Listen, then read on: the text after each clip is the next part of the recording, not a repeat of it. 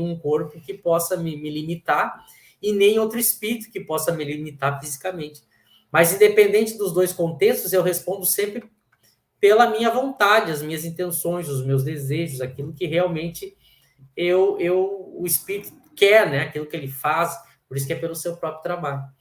E aí, aqui, já para finalizar meu primeiro comentário, ele coloca uma coisa muito simples, mas que fundamenta a ideia da reencarnação, né? Basta que a gente observe a nossa vida ou a vida das demais pessoas para a gente ver que não dá em uma única existência corpórea para a gente adquirir todas as qualidades. Basta que a gente pegue qualquer tipo de habilidade ou de conhecimento, a gente já vê isso. A pessoa, por exemplo, para se tornar especialista em alguma coisa, às vezes leva uma vida inteira. E mesmo assim, ela é especialista numa coisa só. Imagina para a gente aprender tudo e saber tudo. Então, por isso que o espírito ele precisa de mais existências para poder aprender tudo, né? Então, é uma questão muito simples, muito lógica, e que o espiritismo coloca por essa razão. Basta a gente observar o ser humano, né? Ninguém consegue se tornar perfeito numa existência apenas, né? Então, esses são os primeiros comentários, depois a gente volta e depois eu comento um pouco do 13 também.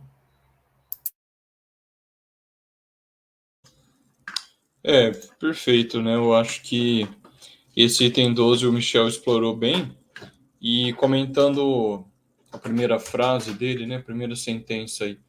O aperfeiçoamento do espírito é o fruto de seu próprio trabalho. É curioso porque é uma frase simples, né? Mas se a gente pensar, por exemplo, na obra O Céu e o Inferno, Kardec vai discutir com relação à doutrina dos anjos, né, da religião. Ele vai discutir exatamente essa ideia do privilégio, né? Porque na visão do Espiritismo, Deus ele é soberanamente bom e justo e, portanto, deveria criar todas as suas criaturas com igual possibilidade de atingir a felicidade, atingir o progresso moral e intelectual, mas que esse progresso fosse fruto do seu próprio trabalho, né, do seu próprio aperfeiçoamento, que é exatamente o que Kardec está afirmando aqui. No caso da doutrina dos anjos, seriam seres à parte na criação, diferentes da natureza humana, e que já foram criados com o domínio de todo o conhecimento, toda a moralidade, toda a felicidade, né? Então, na visão de Kardec, Deus não seria justo se assim o fosse, se tivesse criado os seres desta maneira. É por isso que o Espiritismo vai colocar a igualdade de condições aí, né, do ponto de partida de todos os espíritos, com igual possibilidade de atingir o progresso, de atingir a felicidade, e que esse atingimento seja fruto do seu próprio trabalho, do seu esforço pessoal, exatamente como está sendo dito aqui no texto, né? E como o Michel comentou, uma existência não bastaria, né? Basta a gente olhar a enormidade de conhecimentos, a variedade de conhecimentos que existem no mundo. Se é verdade, como diz a escala espírita, que o espírito puro ele atinge o grau máximo de perfeição, ele detém a soma dos conhecimentos de que uma criatura é possível ter, né? Então, se isso é verdade, é evidente que uma existência apenas ela não é suficiente para poder desenvolver todas essas habilidades, tudo que requer aí as habilidades necessárias para o espírito progredir, né? E só comentando aí o item 13, Eric, se você puder abaixar um pouquinho, ele vai falar da maneira com que o espírito suporta uma prova dura, né? E a velocidade com que o espírito deve progredir, ou a velocidade com que o espírito pode progredir e atingir essa felicidade futura. essa felicidade de espírito puro, ou seja, o aperfeiçoamento ele é fruto do trabalho do próprio espírito, o seu desenvolvimento, o seu progresso vai depender único e exclusivamente do seu esforço, do seu empenho, da sua vontade aplicada naquele desenvolvimento. Então, se a gente tem uma compreensão equivocada da justiça de Deus, das leis divinas, a gente vai ter dúvidas sobre a bondade de Deus, porque nós estamos num mundo, por exemplo, de provas e expiações. Talvez eu tenha já tido muitas existências corporais num mundo como esse, que é o um mundo de desgostos, de sofrimento, de contrariedades, de decepções o tempo todo, né? Esse é o nosso mundo. Então eu poderia dizer, bom, Deus me obriga então a ter tantas existências num mundo como esse, e ele vai me obrigar a ter muitas ainda futuras. Isso é um equívoco. O período de tempo que eu passar num mundo de prova e expiação sofrendo, ele vai variar de acordo com a minha própria vontade, né? A quantidade de esforço que eu aplicar para o meu adiantamento. Isso implica uma responsabilidade muito grande nossa, né?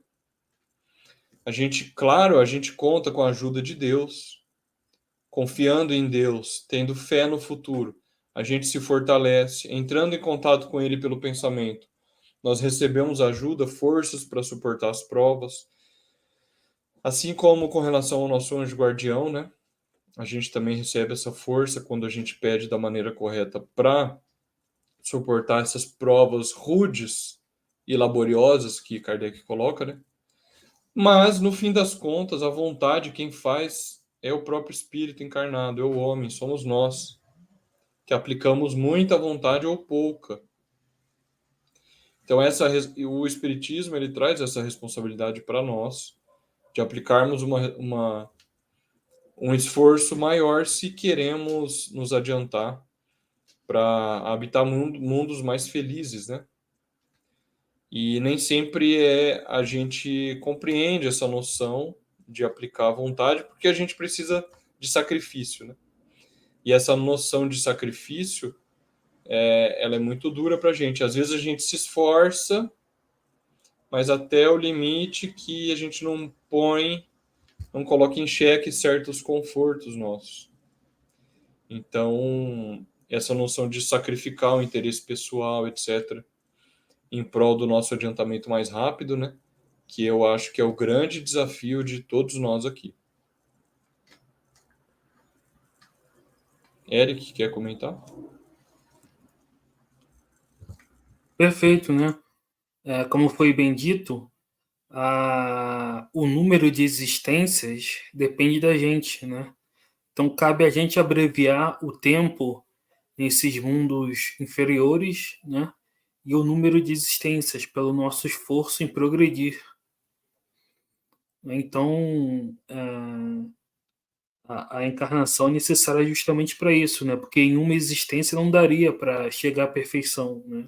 A perfeição é moral e intelectual. Então, todos os conhecimentos, encarnar em diferentes tipos de contextos, né? Como homem e mulher, em diferentes povos, em diferentes, às vezes como rico e pobre, para ter experiências diferentes, para aprender coisas diferentes, né? Então, não daria para fazer isso em uma existência apenas, né?